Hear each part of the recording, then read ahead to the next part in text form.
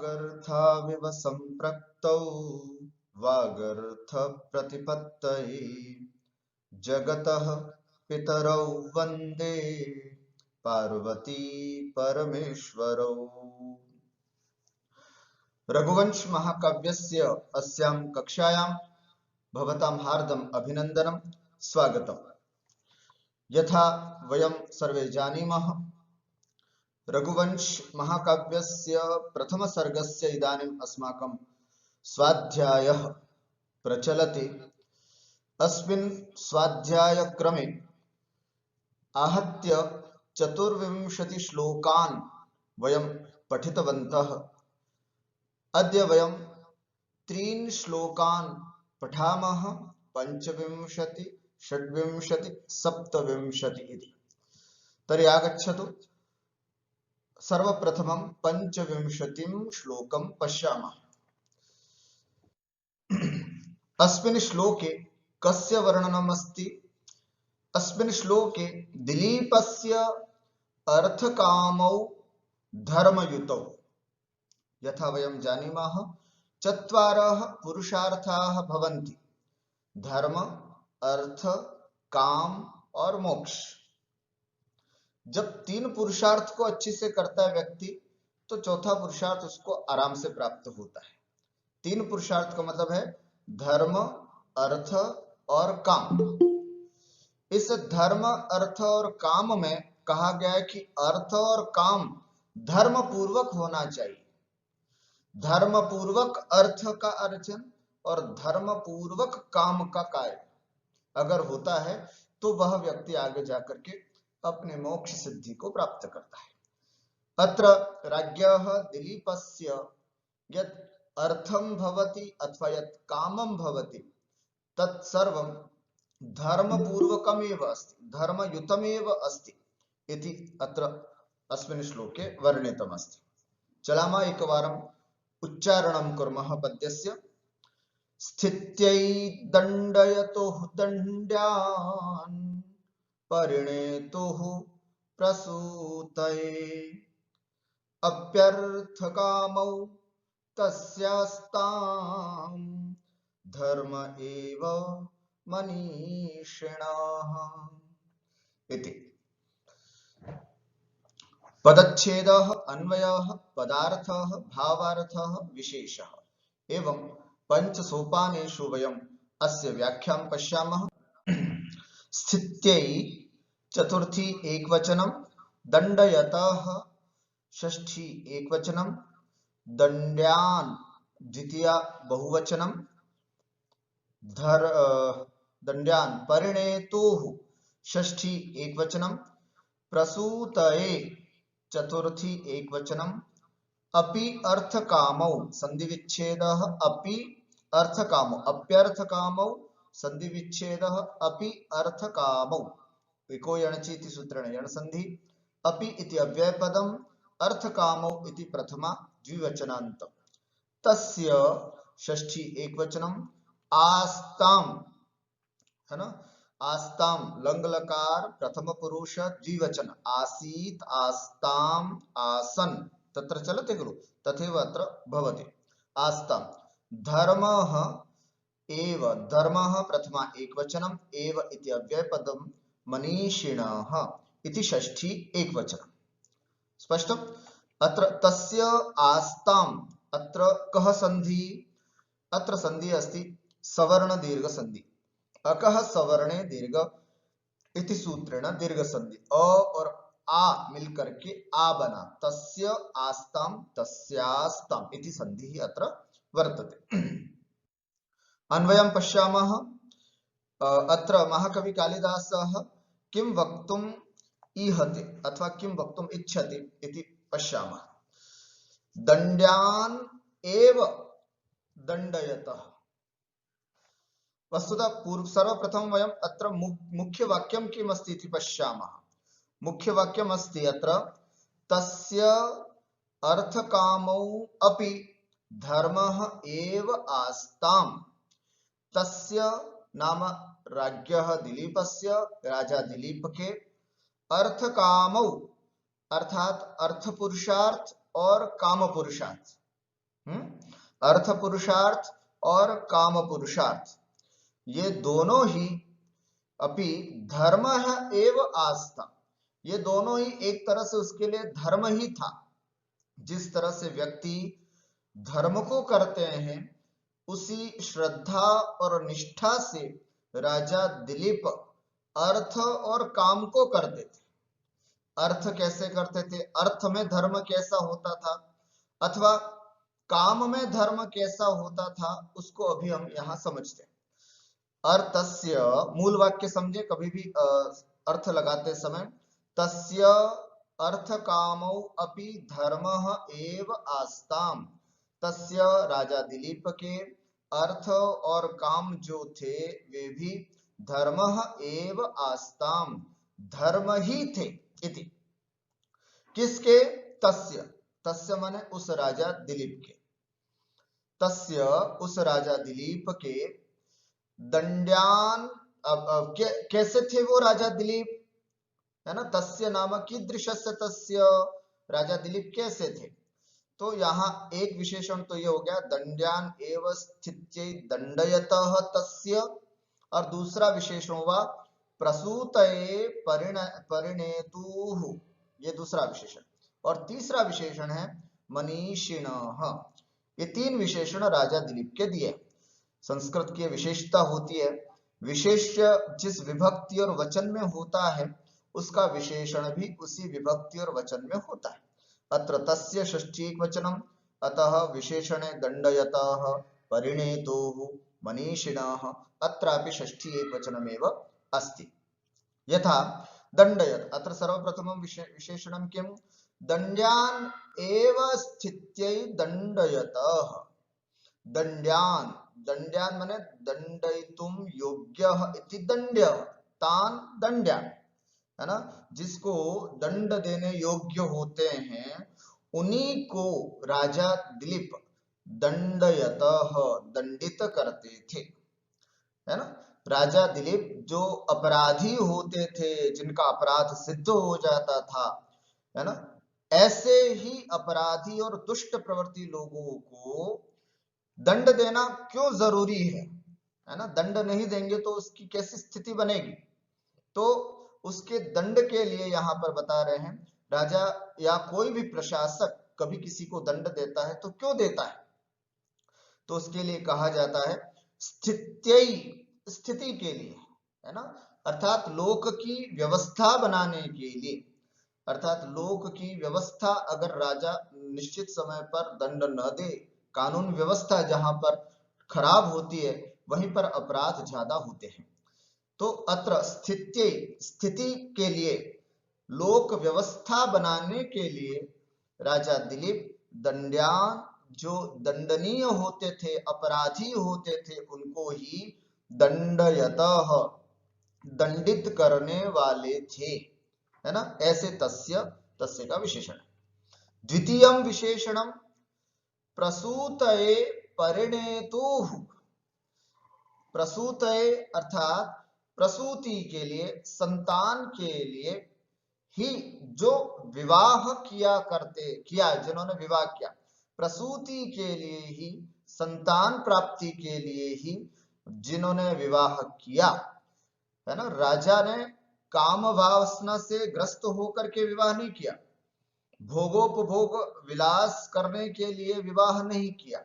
राजा दिलीप ने विवाह इसलिए किया जिससे कि संतान की प्राप्ति हो, और संतान यदि नहीं, मतलब संतान होने से आगे पिंडदान आदि की व्यवस्था, पूर्वजों को पिंडदान आदि की व्यवस्था सही तरह से चलती रहे। इस व्यवस्था के लिए ही राजा दिलीप ने विवाह किया था, न कि भोगोपभोग के लिए। तो उनका काम भी समझना, उनका अर्थ, राजनीति, ये राजनीति आ गई, तो ये राजनीति मतलब अर्थ, ये इस अर्थ में भी धर्म था। अगर कोई राजा अपराधी को दंड देता है और निरपराधी को न्याय देता है तो ये राजा धर्म कर रहा है, ये राजधर्म है। उसी प्रकार प्रसूतये परिणेत, है ना, प्रसूतये यदि परिणेता भवति कश्चित्, संतान प्राप्ति के लिए यदि कोई विवाह करता है तो उस गृहस्थ के लिए सबसे बड़ा धर्म होता है। तो उसका यह अर्थ भी धर्म पूर्वक था और ये काम भी उसका धर्म पूर्वक था। ऐसे मनीषिणः, ऐसे विद्वान, मनीषी मत अर्थ होता है विद्वान, ऐसे ज्ञानी विद्वान, तस्य उस राजा के अर्थ कामौ अपि धर्म एव आस्ताम, है ना, अर्थ और काम भी धर्म ही थे। अर्थात अर्थ भी, ये राजनीति का कार्य ये है, दंड्यान एवं स्थित्ये दंडयत, ये अर्थ की व्यवस्था है। इसमें जिनको दंडनीय होते थे उन्हीं को दंड देते थे, और विवाह केवल मात्र संतान प्राप्ति के लिए किया था, इसलिए अर्थ और काम दोनों धर्म पूर्वक ही राजा। पदार्थम पश्यामः। दंड्यान दंडम अर्हन्ति इति दंड्याः, तान दंड्यान अर्थात अपराधिनः। एव निश्चयात्मकः शब्दः स्थित्यै, स्थिति शब्द से निष्पत्ति ही किम, स्थिति शब्द कैसे बना, तिष्ठन्ति अत्र इति स्थिति, तस्यै स्थित्यै, तिष्ठन्ति मतलब रुकते हैं या स्थित होते हैं, ऐसी जो स्थिति होती है, ऐसा ऐसा जो स्थान होता है उसको बोलते हैं स्थिति। तस्यै चतुर्थी में बना, इसलिए तस्यै स्थित्यै अर्थात लोक प्रतिष्ठायै, लोक की प्रतिष्ठा के लिए।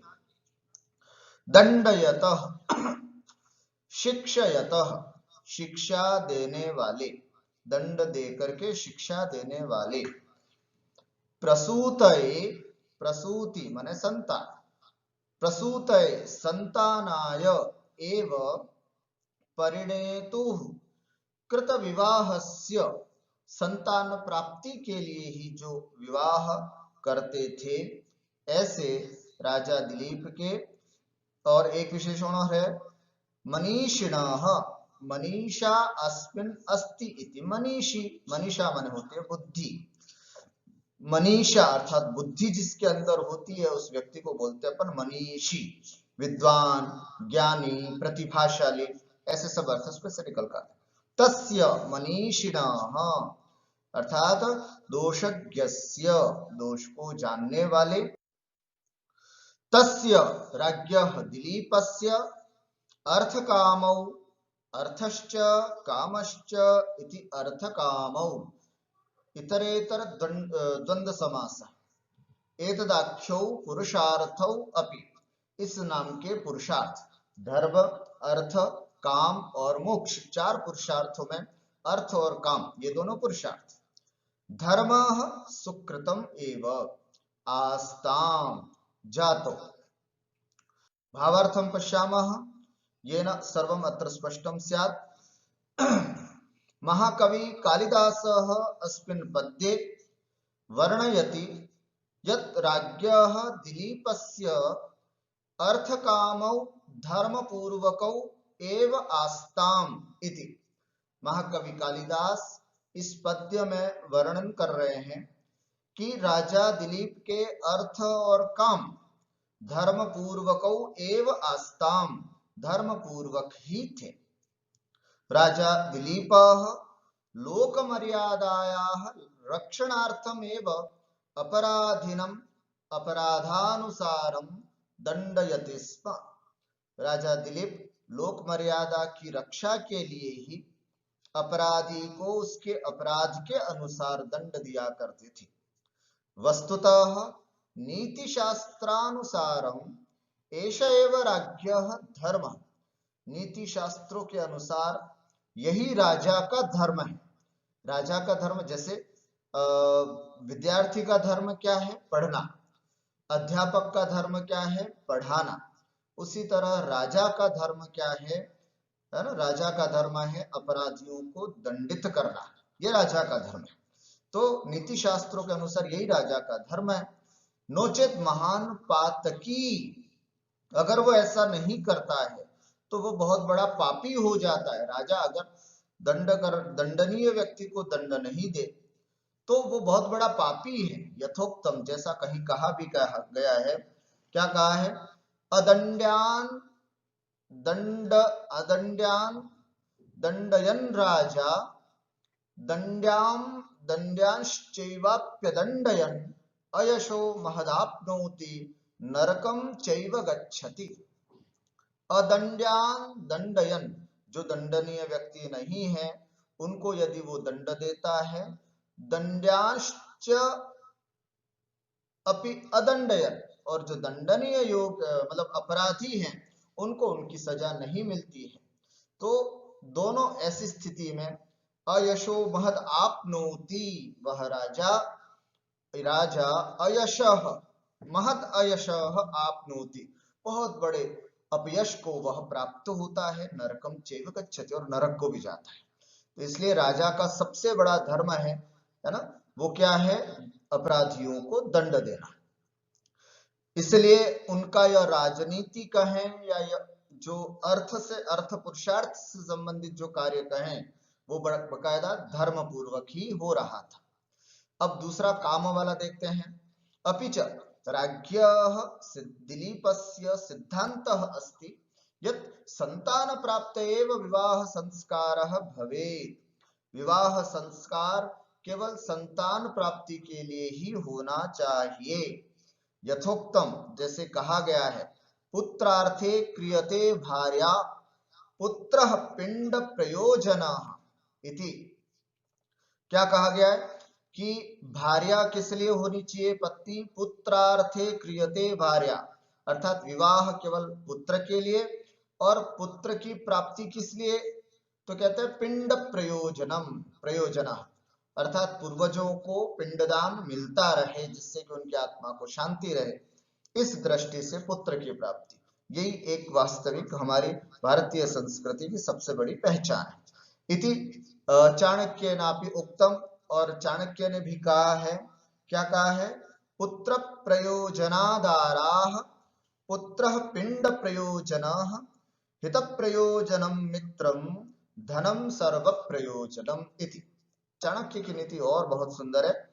पुत्र प्रयोजनादाराः, पत्नी केवल पुत्र के प्रयोजन से होनी चाहिए, अर्थात पति और पत्नी में जो शारीरिक संबंध होता है वो केवल मात्र पुत्र की प्राप्ति के लिए, ऐसी सद्भावना के साथ कि अब हमें संतान की प्राप्ति करनी है, इस भावना के साथ उनमें संबंध हो, भोग विलास के हिसाब से नहीं, भोगाकांक्षा की दृष्टि से नहीं, काम वासना से आतुर होकर के नहीं।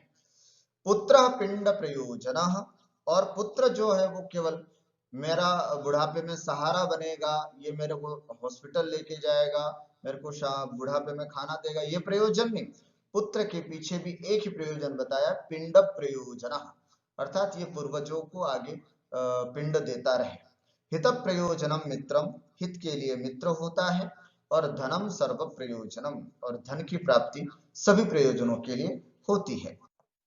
इत्थम राजा दिलीपः संतान प्राप्त एव विवाहम कृतवान, राजा दिलीप ने भी संतान प्राप्ति के लिए ही विवाह किया था, न तो भोग विलासार्थम, न कि भोग विलास के लिए। एवं दंडः विवाहश्च क्रमशः अर्थशास्त्रस्य कामशास्त्रस्य च विषयोस्तः। इस तरह से दंड जो है वो अर्थशास्त्र का विषय है, विवाह जो है वो कामशास्त्र का विषय है, ये दोनों। किंतु राजा दिलीपः तौ धर्म बुद्ध्या एव करोति स्म, इन दोनों को ही राजा जो थे वो धर्म बुद्धि से करते थे या धार्मिक शास्त्रों के नियमानुसार ही करते थे। इति भावः, ऐसा भाव यहाँ पर जानना चाहिए। स्थित्यै दंडयतो दंड्यान् परिणयतु प्रसूतये अप्यर्थ कामौ तस्यास्तां धर्म एव मनीषिणः इति। विशेषे अत्र अनुष्टुप् छन्दः अस्ति, यथा वयं सर्वे जानीमः। अलङ्कारः अत्र यथासङ्ख्यालङ्कारः अस्ति, यथासङ्ख्यं क्रमेणैव क्रमिकाणां समन्वयः। यथासङ्ख्यालङ्कार कहाँ, जहां पर क्रमशः क्रमिकाणां, क्रमिक पदार्थों का क्रम से ही पुनः वर्णन किया जाए, क्रमेणैव समन्वय, क्रम से उनका समन्वय किया जाए, तो यथासंख्या अलंकार होता है। दंड्यान स्थित्यै, है ना, अर्थात दंड्यान एव स्थित्यै दंडयतः तस्य अर्थः प्रसूते परिणतुः तस्य कामः। इस तरह से अर्थ लगाते हैं तो यथा संख्या अलंकार आता है। हेतुर्वाक्य पदार्थत्वे काव्यलिंगम निगद्यते, उत्तरार्धस्य हेतुः पूर्वार्धः। इसमें जो उत्तरार्ध है उसका जो कारण है वो पूर्वार्ध है। जहां कार्य कारण भाव होता है वहां पर काव्यलिंग अलंकार होता है। अनुप्रासः वर्ण साम्यम अनुप्रास, जहां वर्णों की समानता होती है। दंडयतो दंड्यान, देखिए समानता। परिणयतु प्रसूतय, पर प्रर, ऐसे शब्दों की समानता, वर्णों की समानता होने से अत्र अनुप्रास अलंकार। तस्यास्तम, तस्य फिर स्तम, इस तरह से यहाँ अनुप्रास अलंकार अत्र अस्ति। अग्रिम पद्ये पश्यामः। दिलीप इंद्रयोः परस्परम सहयोग भावः। इस मनुष्य लोक के राजा दिलीप और स्वर्ग के राजा इंद्र, इन दोनों में परस्पर कैसी सहयोग भावना थी, परस्पर कैसी मित्रता थी, इस बात को यहां पर बताया जा रहा है। पश्यामः एक बार।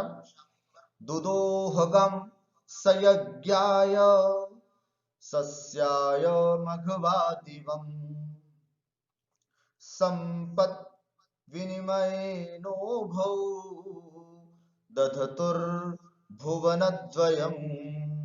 पुनः एक बार।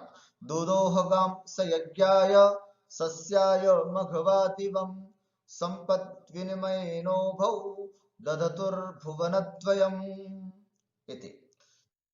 पदच्छेदम।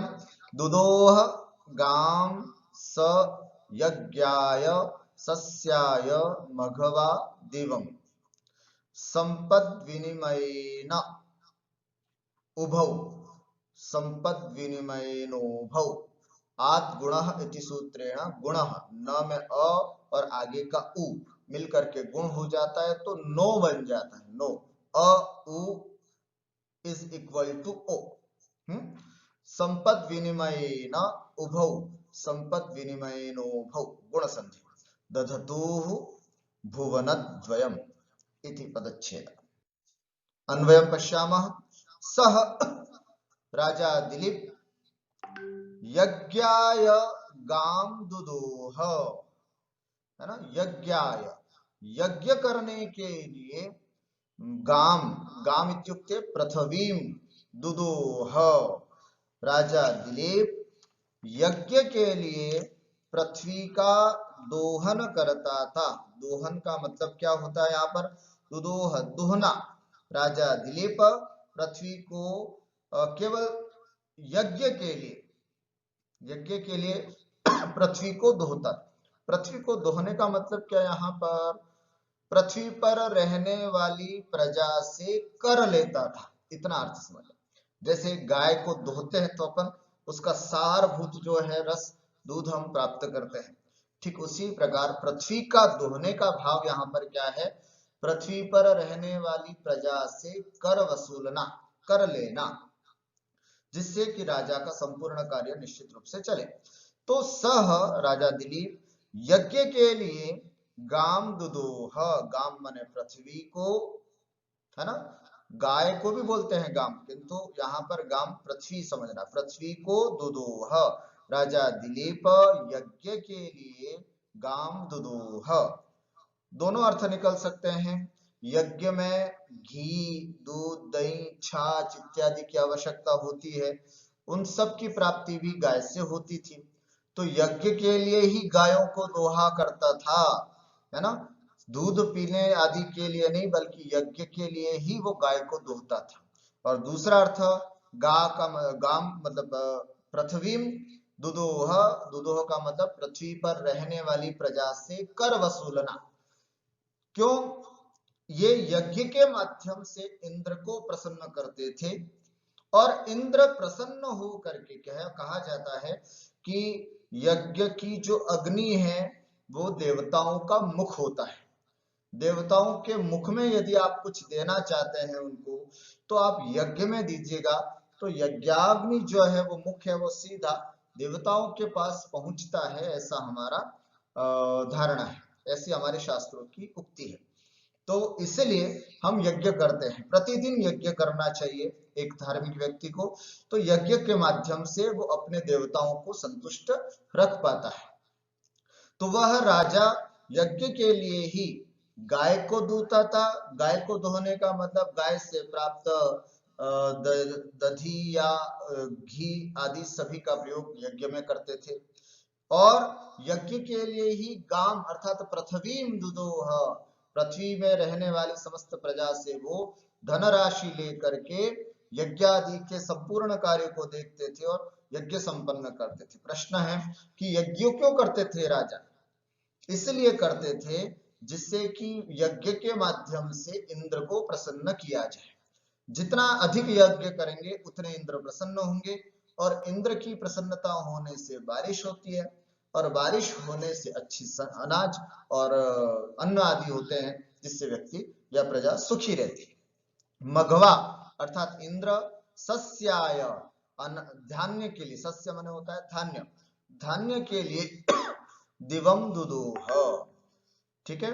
मघवा सस्याय दिवम दुदोह, इंद्र सस्य के लिए दिवम माने स्वर्ग को, दुदोह उसने स्वर्ग का दोहन किया। अर्थात स्वर्ग का दोहन का मतलब स्वर्ग से पानी की वृष्टि, ऊपर आकाश से जल वृष्टि की। एवं इस प्रकार से संपद विनिमय न, एक दूसरों की संपत्ति जो है उसका आदान प्रदान करने से, है ना, राजा ने अपनी संपत्ति का आदान प्रदान किया यज्ञ सामग्री आदि के माध्यम से, तो इंद्र ने अपनी सामग्री जल को वृष्टि के माध्यम से वापस पृथ्वी को दिया।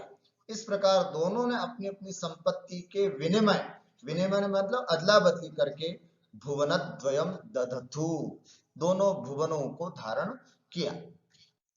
पदार्थम पश्यामः। सह राजा दिलीपः यज्ञाय यज्ञं कर्तुं गां पृथ्वीं धेनुं वा दुदोह अदुहत्। मघवा इंद्रः सस्याय धान्याय दिवं स्वर्गं दुदोह। एवं इत्थम् अनेन प्रकारेण संपत् विनिमयेन, संपदः विनिमयः इति संपत् विनिमयः, संपत्ति का विनिमय करना, अदला बदली करना, इसको बोलते हैं संपत् विनिमयः। तेन संपत् विनिमयेन संपदः सस्य वृष्टि रूपस्य, संपत्ति क्या थी यहाँ पर? एक के पास सस्य धान्य था जिससे वह यज्ञ करते थे, और एक के पास वृष्टि थी जिससे वो बारिश करते थे। तो दोनों अपनी अपनी संपत्तियों के विनिमय के द्वारा परस्परम आदान प्रदानम तेन भुवनद्वयम, भुवनयोः स्वर्गभूलोकयोः द्वयम द्वितयम् इति भुवनद्वयम लोकद्वयम इति दधतुः पुपूषतुः।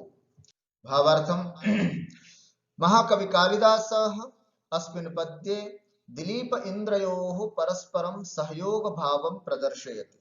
राजा दिलीपः यज्ञं कर्तुं पृथ्वीं दुहति स्म, अर्थात प्रजाभ्यः करं गृहीत्वा इंद्रादिदेवानां प्रसन्नतायै यज्ञं करोति स्म, येन देवाः प्रसन्नाः तृप्ताश्च भवन्ति स्म। अपरतः प्रसन्नः इंद्रः अन्न प्राप्तये स्वर्गं दुहति स्म, दूसरी ओर प्रसन्न इंद्र अन्न की प्राप्ति के लिए स्वर्ग को दुहता था, अर्थात सह वृष्टिम करोति स्म, उसका दुहने का मतलब है बारिश करना। ये न पृथ्वी शस्य श्यामला भवति स्म, जिससे पृथ्वी जो है वो हरी भरी हो जाया करती। ये न राजा प्रजाश्च प्रसन्नाः भवन्ति स्म, उससे राजा और प्रजा सब प्रसन्न होते थे। एवं दिलीप इंद्रौ परस्परं स्वसंपत्त्याः आदान प्रदानेन परस्परं साहाय्यं कुर्वन्तौ, परस्पर सहायता करते हुए भुवनद्वयम् अर्थात मृत्युलोकम स्वर्गलोकम च पालयति स्म, पोषयति स्म, पालते थे और उसका पोषण करते थे। इसलिए कहा गया है राजा त्वार्था समारित्य कुर्याद इंद्र महोत्सवम प्रीणितो मेघवाहस्तु महतिं वृष्टिमावहै। राजा त्वर्थान समारित्य, राजा जो है वो अर्थ को इकट्ठा करके, कुर्याद इंद्र महोत्सवम, इंद्र का महोत्सव करे। और प्रीणितो मेघवाहस्तु, और प्रसन्न हुआ इंद्र, महतिम वृष्टिम आवहेत, अत्यंत वृष्टि को करे। इस तरह से अगर दोनों वो कार्य करेंगे तो उनका कार्य भी अच्छा होगा, संपूर्ण लोक का कल्याण भी होगा। अत्र अनुष्टुप छंदः अस्ति, काव्यलिंग अलंकारः, है ना। क्यों हेतु और वाक्य पदार्थत्वे काव्यलिंगम निगद्यते। दुदोह काम सयज्ञाय सस्याय मघवा दिवम, है ना। सह किमर्थम गाम दुदोह यज्ञाय कारणम, किमर्थम मघवा दिवम दुदोह सस्याय इति कारणम। एवं अत्र कार्य कारण भावः अस्ति। अत्र काव्यलिंग अलंकारः। वर्ण साम्यम अनुप्रासः, वर्णानां साम्यता अत्र वर्तते, अतः अनुप्रास अलंकारो वर्तते। अंतिमे तृतीय श्लोके किम उक्तम कविना तत्पश्यामः। दिलीपस्य राज्ये चौर्यस्य अभावः, दिलीप के राज्य में चोरी का बिल्कुल अभाव था, कोई चोरी नहीं करता था। कथम, न किलानुययुस्तस्य राजानुरक्षितुर्यशः, व्यावृत्ता यत्परस्वेभ्यः श्रुतौ तस्करता स्थिता। पुनः एक बार। न किलानुययुस्तस्य राजानुरक्षितुर्यशः, व्यावृत्ता यत्परस्वेभ्यः श्रुतौ तस्करता स्थिता। पदच्छेदः, न किल अन अनुययुः, है ना, सवर्ण दीर्घ संधि। तस्य राजानः रक्षितुः यशः, व्यावृत्ता यत् परस्वेभ्यः श्रुतौ तस्करता स्थिता इति। अन्वयं पश्यामः। राजानः रक्षितुः तस्य यशः, है ना, राजानः रक्षितुः तस्य यशः न अनुययुः, राजा जो थे और अन्य राजा जो थे वो रक्षितुः तस्य, संपूर्ण प्रजा की रक्षा करने वाले उस राजा दिलीप के यशः, यश का अनुसरण नहीं कर सके। और भी जितने छोटे मोटे राजा उस समय पृथ्वी पर हुआ करते थे, उन्होंने भी बहुत कोशिश की, लेकिन संपूर्ण प्रजा की रक्षा करने वाले उस राजा दिलीप के यश और कीर्ति का अनुसरण नहीं कर पाए। राजा दिलीप का यश, उनकी कीर्ति तो अद्भुत थी, अप्रतिम थी, उसका पीछा नहीं कर पाए, कभी भी बराबरी नहीं कर पाए। किल यत् परस्वेभ्यः व्यावृत्ता तस्करा श्रुतौ स्थिताः, और कहते हैं कि परस्वेभ्यः, दूसरों के स्व, स्व माने धन, दूसरों के धन से व्यावृत्त अलग करके, तस्करा श्रुतौ स्थिता, तस्करता जो थी, है ना, तस्करता का मतलब क्या होता है, चोरी आदि करना, अपहरण आदि करना, ये सब तस्करता में जाने जाते हैं। तो ये सब चीजें जो थी वो केवल श्रुतौ स्थिताः, श्रुत माने कान में ही स्थित थी, केवल सुनने में आती थी कि ऐसी बातें होती है। वास्तविक रूप से राजा प्रजा का इतनी अच्छी तरह से संरक्षण और परिपालन कर रहे थे कि चोरी चकारी, है ना, गुंडागर्दी इत्यादि कुछ भी नहीं हुआ करता था। ये बातें केवल सुनने में आती थी कि साहब ऐसे कभी चोरी हुआ करती थी, ऐसे कभी ऐसा होता था, तो ये वाली बात है। तो परस्वेभ्यः व्यावृत्ता तस्करता, दूसरे के धन से व्यावृत्त माने अलग हुई, तस्करता चोरी आदि जो है वो केवल श्रुतौ स्थिताः, सुनने में ही आते थे। वास्तविक में राजा दिलीप के शासन में किसी भी प्रकार की कोई चोरी चकारी नहीं हुआ करती थी। इस कारण से जो यश उन्होंने अर्जित किया था, ऐसे यश का अनुसरण और राजा नहीं कर सके इति भाव। राजानः राजते इति राजा, ते राजानः अर्थात अन्ये नृपाः रक्षितुः पालयितुः भयेभ्यः त्रातुः, भयों से जो बचाते हैं ऐसे, तस्य राज्ञः दिलीपस्य यशः कीर्तिं न नैव अनुययुः अनुचक्रुः अनुकृतवन्तः, अन्ये नृपाः तस्य दिलीपस्य कीर्तिं न अनुचक्रुः, उस राजा दिलीप की कीर्ति का अनुसरण नहीं कर पाए। किल खलु कुतः, क्यों नहीं कर पाए? यस्मात्, जिस कारण से, परस्वेभ्यः परेशान स्वानि परस्वानि, दूसरों के धन को परस्व बोलते हैं, तेभ्यः परस्वेभ्यः अन्येषां धनेभ्यः, अन्यों के धनों से, व्यावृत्ता पृथकता तस्करता चौर्याधिकता चौर्यं वा श्रुतौ वाचक शब्दे एव स्थिता प्रवृत्ता, दूसरों के धन से भिन्न जो तस्करता थी, अर्थात किसी के चोरी का हरण नहीं, किसी के भी धन का चोरी नहीं करना, उसका हरण नहीं करना, ये जो तस्करता थी, बस ये केवल सुनने में आती थी कि इस तरह की कोई चोरी नाम की भी चीज हुआ करती है, कोई तस्करता भी कोई होती थी। ये तभी जब कोई समझाता था संत उपदेश आदि करके, तभी उस समय ये शब्द सुने जाते थे। वास्तविक रूप से तो कोई भी उनके शासन में चोरी आदि का कार्य नहीं करते थे। भावार्थं पश्यामः। महाकवि कालिदासः अस्मिन् पद्ये प्रतिपादयति यत् राज्ञः दिलीपस्य राज्ये चौर्यस्य अभावः आसीत्। बिल्कुल चोरी आदि नहीं हुआ करती थी। राजा दिलीपः प्रजानां भयकारणेभ्यः रक्षां करोति स्म। राजा दिलीप समस्त प्रजाओं का जो भी भय का कारण होता था, उन सभी भय के कारणों से उनकी रक्षा करते थे। एतादृशस्य रक्षितोः दिलीपस्य कीर्तिम् अन्ये राजानः न अनुकृतवन्तः, ऐसे समस्त प्रजा की रक्षा करने वाले राजा दिलीप की कीर्ति अन्य राजानः न अनुकृतवन्तः, और सभी राजा अनुसरण नहीं कर पाए। अतः तस्य राज्ये तस्कर शब्दः केवलं श्रवणेव आयाति स्म, इसलिए राजा दिलीप के राज्य में तस्कर शब्द केवल सुनने में आता था। कुछ चीजें ऐसी होती हैं जो धीरे धीरे खत्म हो जाती है, बिल्कुल खत्म हो जाती हैं, तो केवल सुनने में आता है। आज जिस तरह से शेर समाप्त होते जा रहे हैं, है ना, सिंह समाप्त होते जा रहे हैं, एक दिन ऐसा आएगा बच्चों को अपने को बताना पड़ेगा फोटो में देख करके कि देखो इस तरह से एक शेर नाम का जानवर होता था। जैसे आजकल हम डायनासोर को बताते हैं कि देखो एक डायनासोर करके भी ऐसा कोई जीव हुआ करता था। तो ऐसी ही तस्करता इतनी समाप्त हो गई थी कि केवल सुनने मात्र में आया करती थी, वास्तविक चोरी आदि तो होती ही नहीं थी। कश्चिदपि कस्यापि धनस्य अपहरणम न करोति स्म, कोई भी व्यक्ति किसी के भी धन का अपहरण नहीं करता था। चोरी चकारी की बात कब होती है?